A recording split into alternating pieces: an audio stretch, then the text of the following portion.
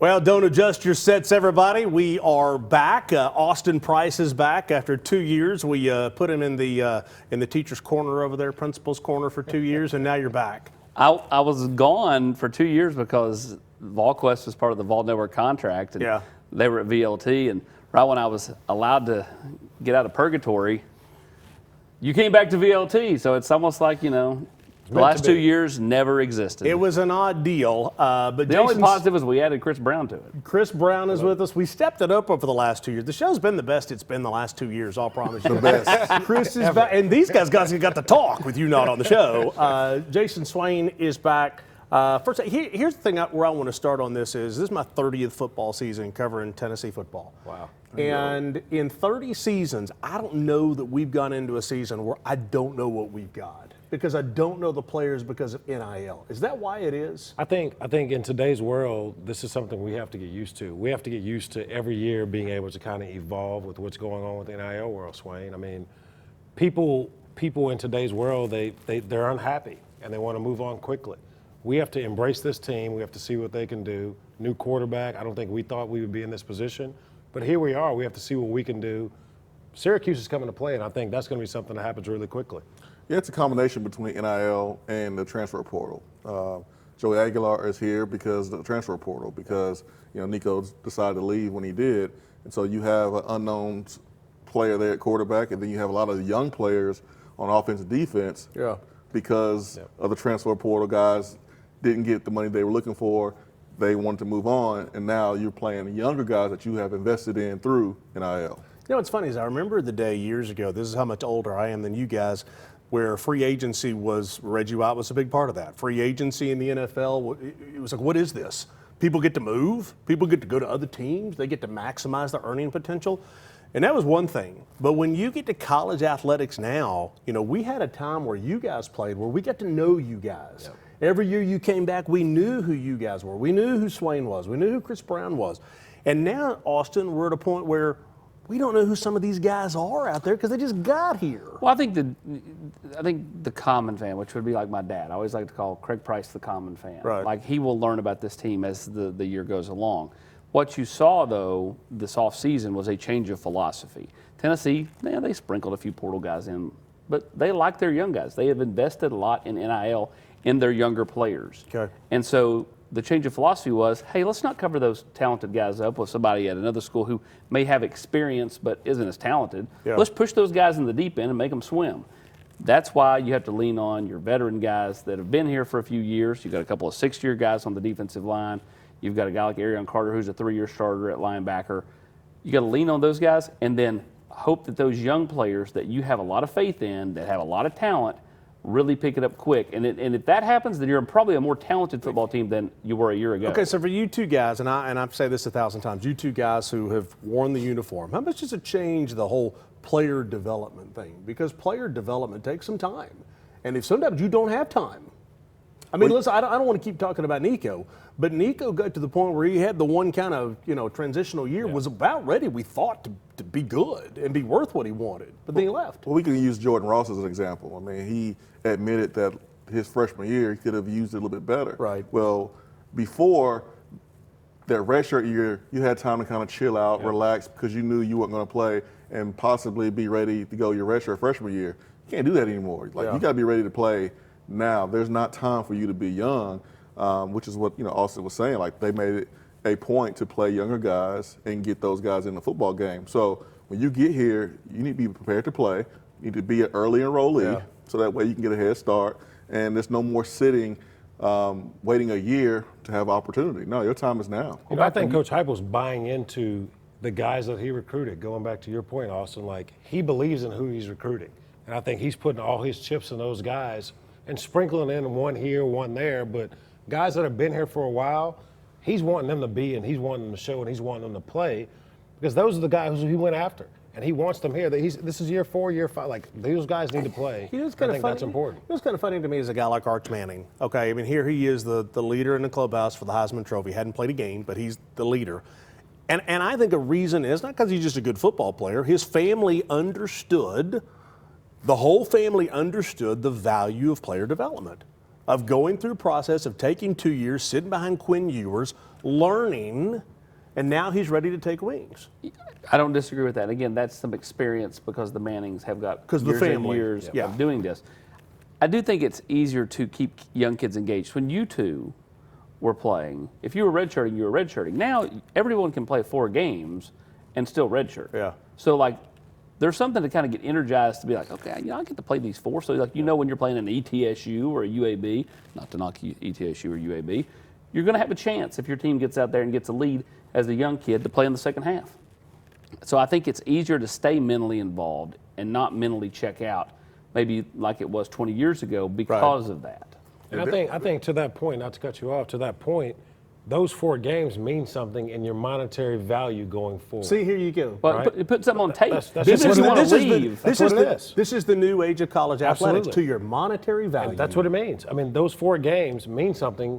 So you're putting film on tape, right? Like, so when you redshirted back in our day, you couldn't play. You couldn't do that. Nowadays, you can go against a team, up, down, big, whoever it is, and you go, and you can put that on film. And now it's like, well, man, I played 4 games last year. Look what I did. Before you didn't have the 4 games, and if you were redshirting, you didn't even travel. You couldn't do anything. Like, so it felt like you wasn't Lost a a year. part of the team. Yeah, you lost a year. You wasn't part Absolutely. of the game plan. Right, absolutely. It felt like you were on a different Schedule, different planet. a whole different schedule. And you Yep. were not engaged, so guys were disengaged. They would go out and do their thing They worked on a out, Friday you night. know, like they worked out. So like we would be going and practicing and doing whatever, and these guys are staying back working out. Yeah. So they got so much more time in the weight room, being able to do different things. Who's the guy back then? I remember if you Gerard read- Mayo is a Okay, perfect go. example. There you go. There you Gerard go. Mayo is a perfect example of came in the same year as me, 2004, was able to sit back for 1 year and just watch and learn. You had Kevin Simon, you had Kevin Burnett, you had John Poe, Omar you had Gaither? you had Omar Gaither, who played a long time in the league. You had guys who had been here for a while. So Gerard Mayo was truly able to sit back for a year as a 5-star dude and sharpen his axe. and sharpen everything. Yep. So that next year, Gerard Mayo was able to come as a redshirt freshman and ball out because he was able to sit back that first year and watch everything. Okay, but here's the deal. So when Gerard Mayo was here and he comes in, he's highly recruited, he doesn't play. He didn't like it. He didn't like it, but here's the other deal. I was a not highly recruited guy, and I played, right? So I think there's a difference as well. Is Gerard Mayo knew like playing right away for him wasn't it. To me, that was all I had to do. I had to play right away. I would get lost in the shuffle. Back in the day, if you were that high recruit, you could afford a red shirt because it was different. You didn't want to burn your red shirt on just playing special teams either. Absolutely. That was a whole different story. was I do whole remember thing. that. Anytime you'd have an injury, the whole conversation, the whole week would be, is he going to have to play and burn the red shirt? Yep. You're going to lose the red shirt? Absolutely. Yeah. That was real. Okay, we got to take a break. Here's what I want to do when we come back. We got a great player in studio tonight to get us started. But when we come back, I want to talk specifically about positions on this team. Where do we feel good? Where do we not feel good? All of those things when we come back in the Food City Locker Room presented by Garza Law. A beacon of hope in a world of high prices. Look to the skies, Knoxville. Super savings is here. Right now, get 0% APR, 0 down, and 0 payments for 90 days on select models, plus 25,000 miles of complimentary maintenance during our Super Summer Sales event. And don't forget about back-to-school service savings on mobile, pickup, and delivery. Come see the Super Dealer today at either Ted Russell Ford location. Hi, I'm Laura Ash. I'm a State Farm agent here in West Knoxville. I love to serve all of East Tennessee for all of your home, car, life, and business insurance. If you need anything insurance related, give us a call at 675-0888. I'm Tennessee basketball player JP Estrella. Let me give you a tour here of the offices at Knoxville Smiles.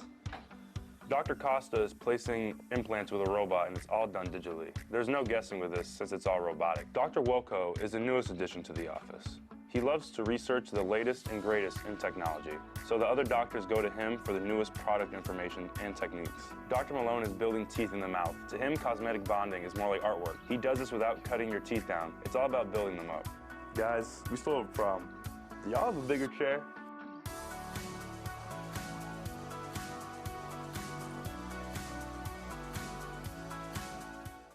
Brought to you by Food City. It's the Ask Coach Heupel Show. Hello, and welcome to Ask Coach Heupel. I'm your host, Josh Heupel. Glenn asks, Coach, how does one join the Vol Navy? It's a great question. Well, Glenn, you don't necessarily need a boat. You need a friend with a boat. Always arrive with beef, fresh cut by a Food City butcher, and you'll be welcomed aboard. This has been Ask Coach Heupel. With me, Coach Heupel. We're at the official tailgating headquarters of the Vols, obviously Food City, your official tailgating headquarters. Whether it's Tennessee and Syracuse and Atlanta, you're still going to have a tailgate, or whether it's ETSU or Georgia.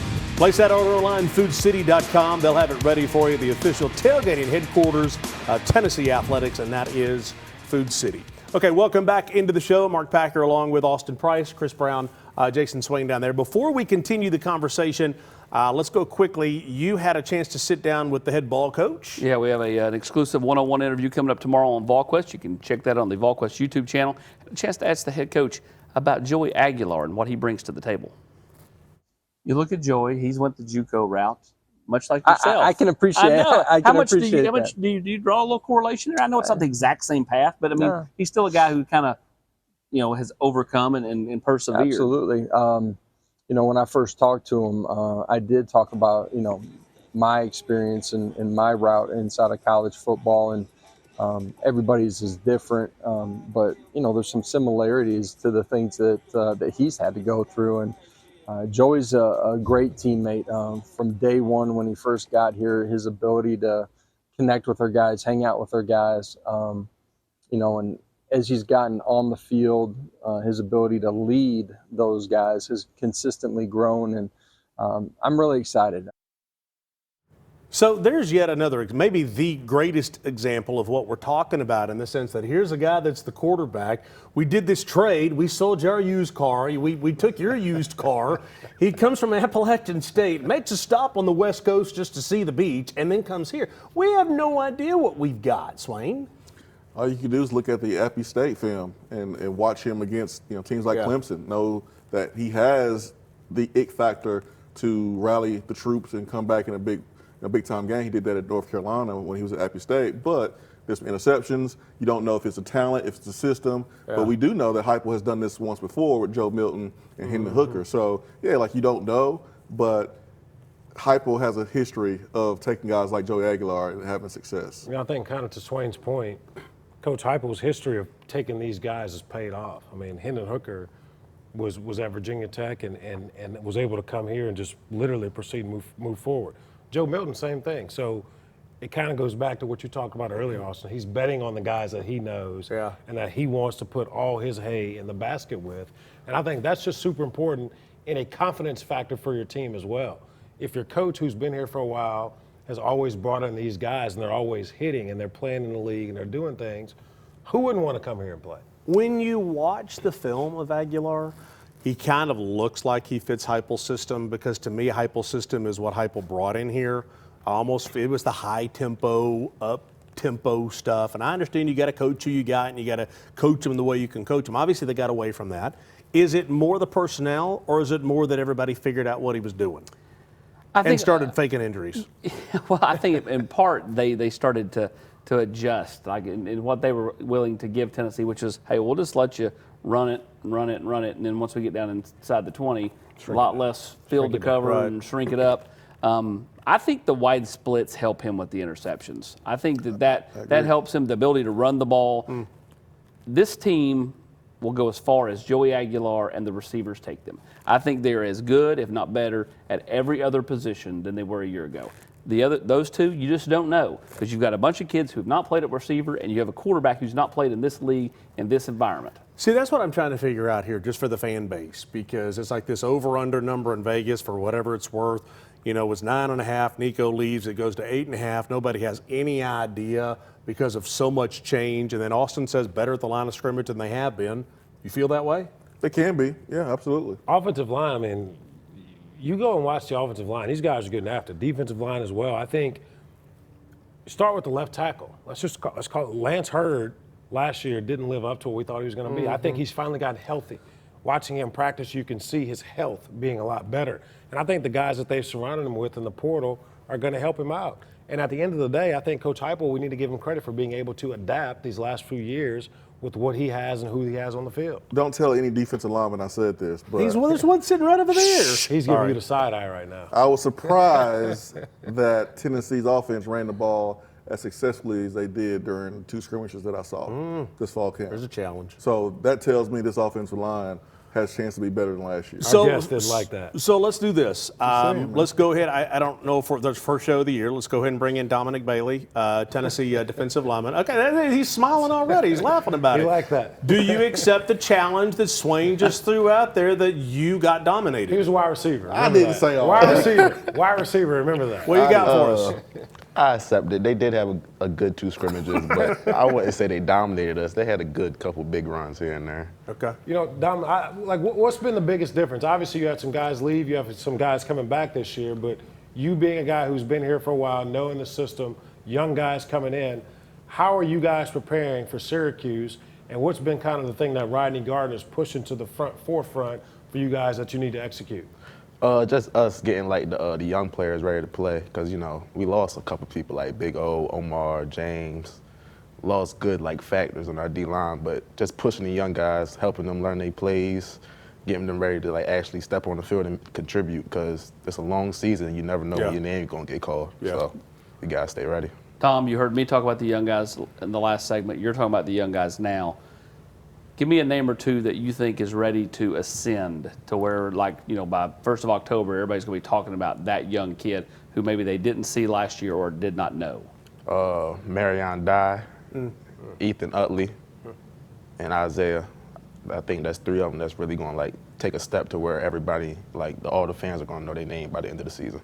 Okay, all right, we're going to take a break. We're going to send Swain over there for the Food City player perspective. If you want to wring his neck, that's fine. He deserves it. We'll do that when we come back on the other side of the break on the Food City Locker Room presented by Garza Law.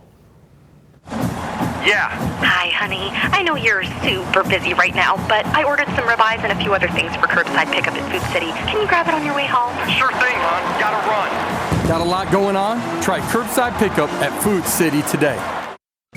At Glass Doctor, our trained specialists are experts at fixing foggy and cracked glass. Looks great. You're all set. What we can't fix is your view. Call the Glass Doctor, we'll fix your pains. Oh, yeah.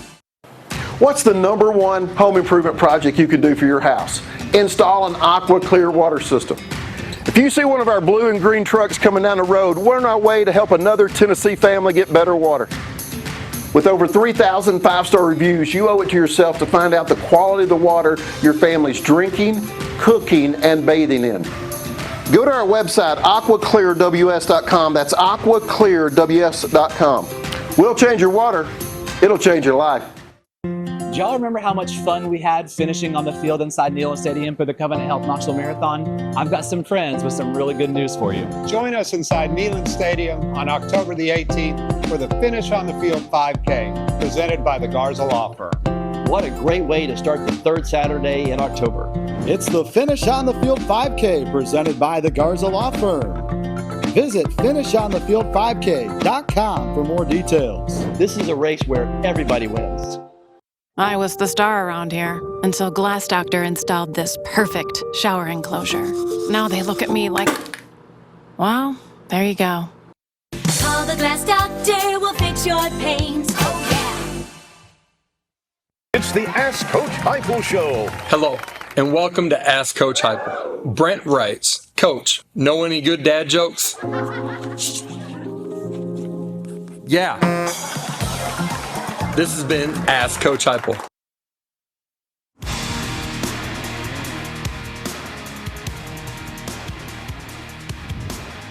By the way, I don't know if it's just me or not, but I love the new Heupel spots. I think they're hilarious. Yeah. The coaches show. Okay, Swain, let's head over to you. Food City player perspective. Go for it. You are the veteran of the group now. Yeah. In your 3 to 4 years, what have you learned so far working with Rodney Garner, learning from other guys that you feel like will help you and help your group this year? Just stay in the course, because everything not going to be perfect. That's practice or a game. Shit, things going to go bad, so you just got to learn how to just keep pushing through everything, all your problems. Defensive line was deep last year. It was good last year. No problems hurrying the quarterback. but getting the quarterback down, that was something I know you guys want to really work on this offseason. What have you guys did this offseason to be able to do that this season? I think as a group, we try to work out to learn how to finish our rush on the top of rushers, learn how to turn the corner, turn the edge, and actually get the quarterback down. Because I think we had a lot of, we left a lot of sacks on the table last year, so we don't want to do that again this year.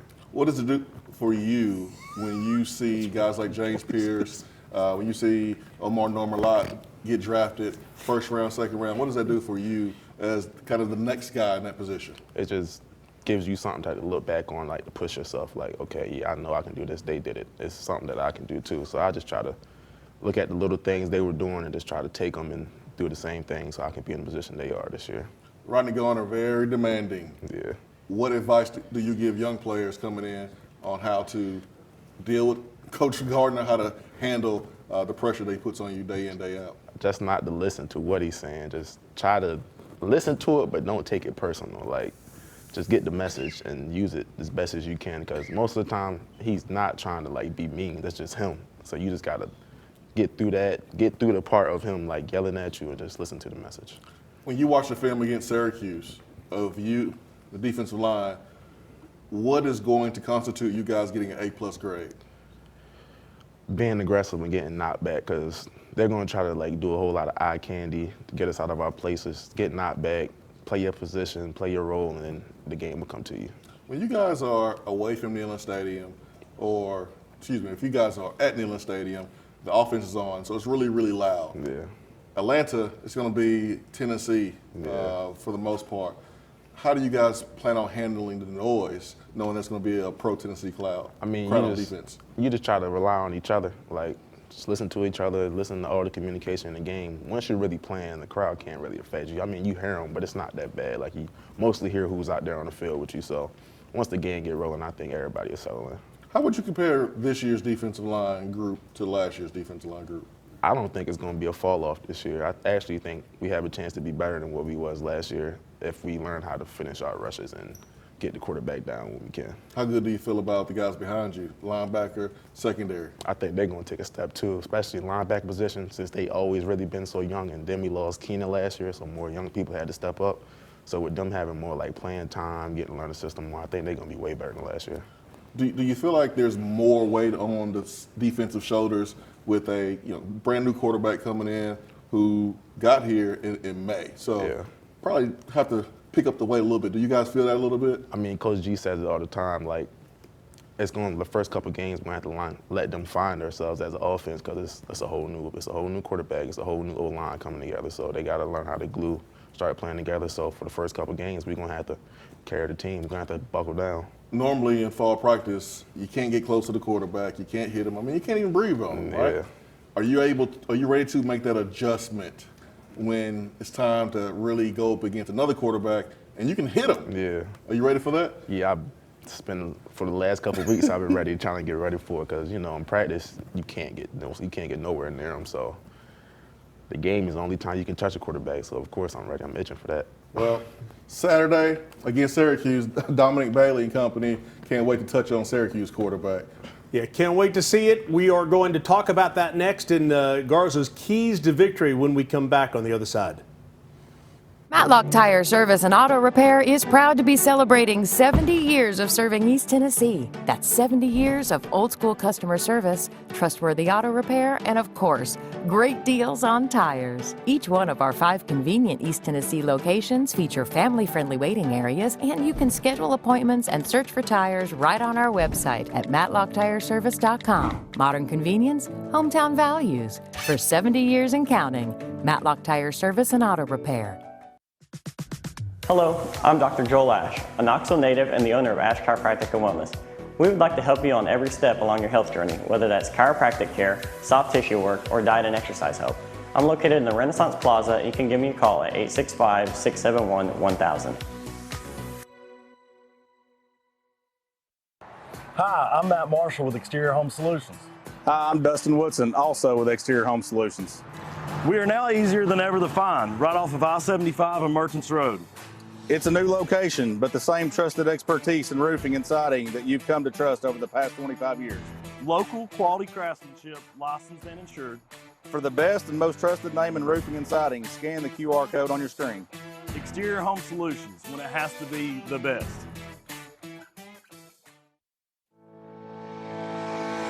Community banking is about location and much more. It's about family. We reside in your community. We are a part of your community.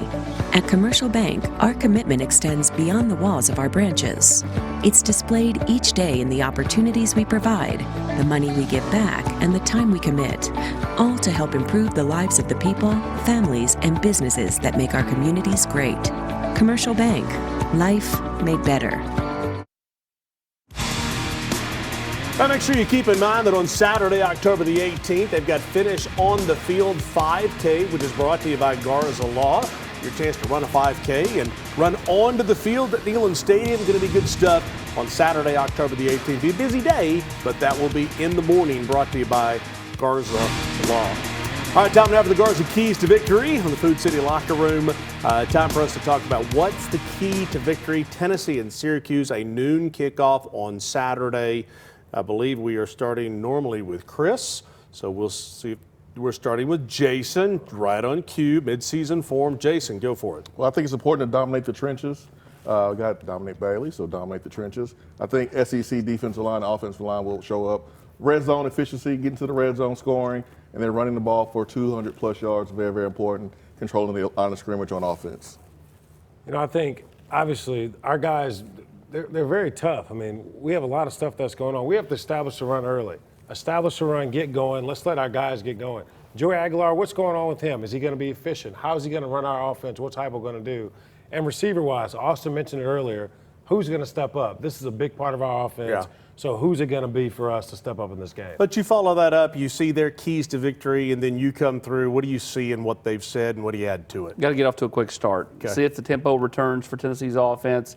I like the offseason additions on the coaching staff with the quality control coaches that have either been head coaches or coordinators at a big-time level. I think that helps this team. But I think you got to get off to a hot start. Yes, you lost a ton of production with Dylan Sampson and James Pierce and different players, but you're the more talented football team. Syracuse lost even more production than Tennessee did based off of their success a year ago. Get off to a quick start. You know what's so funny is a year ago, you never really know who you're playing against. Last year, NC State.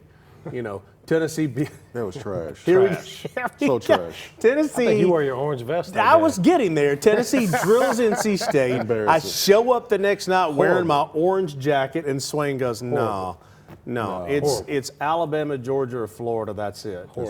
That's it. The best part of the last 2 years with me not on was when the occasional time I would tune in and he would make a stupid comment and you guys would roll your eyes and I'm like, I'm there in spirit. I am there in spirit. It wasn't occasional. He watched every show wishing he was back on the show. He really did. That's what Hub said. By the way, you can watch this show on all the great stations of Volquest.com. You got the big interview coming up with Heupel on Monday. Yeah, you can watch this on there, Heupel's interview, and Beyond the Orange all at the same time. A lot of video on Mondays on Volquest. There you go. Okay, so you said wide receiver number one. Who are we thinking? Mike Matthews. We're not thinking. We know. No, he has to be. When you put it on your graphic. Okay, who's wide receiver number two? Well, see, what had happened was we don't know. Well, the game. Who's been healthy? Time will tell. Yeah. If Braylon Staley's hamstrings stay healthy, it will be him. And I think he'll push Mike Matthews for number one because the slot's so important. Where's Chris Brazzell? Still coming back, getting healthier, and then a bunch of young kids who have got talent, but again, shove them in the pool, see if they can swim. 45 seconds left. Where's our biggest concern? Receivers. They will tell the tale. Well, I mean, that's just what it is. That's what it is. I mean, you Dante Thornton put a lot of production last year out of him. I mean, the guy played well, and we lost him. And what happens? I'll say this. Go ahead. Most experienced receiver is Chris Brazzell, and I mean, he didn't necessarily light the world on fire last year. So, man, everyone's young and unproven. So I'm anxious to see what Deshaun Bishop does at running back. My wife and I were in church on Sunday at Severe Heights, and Deshaun comes walking in, and man, he's chiseled. Dragon Ball Z character. It looks like. She said, shouldn't he be taller than that? It's not going to change. Okay, Tennessee and Syracuse Saturday. It is a noon game. We'll see you next week right here in the Food City Locker Room, brought to you by Garza Law. I was like, you don't have to be tall.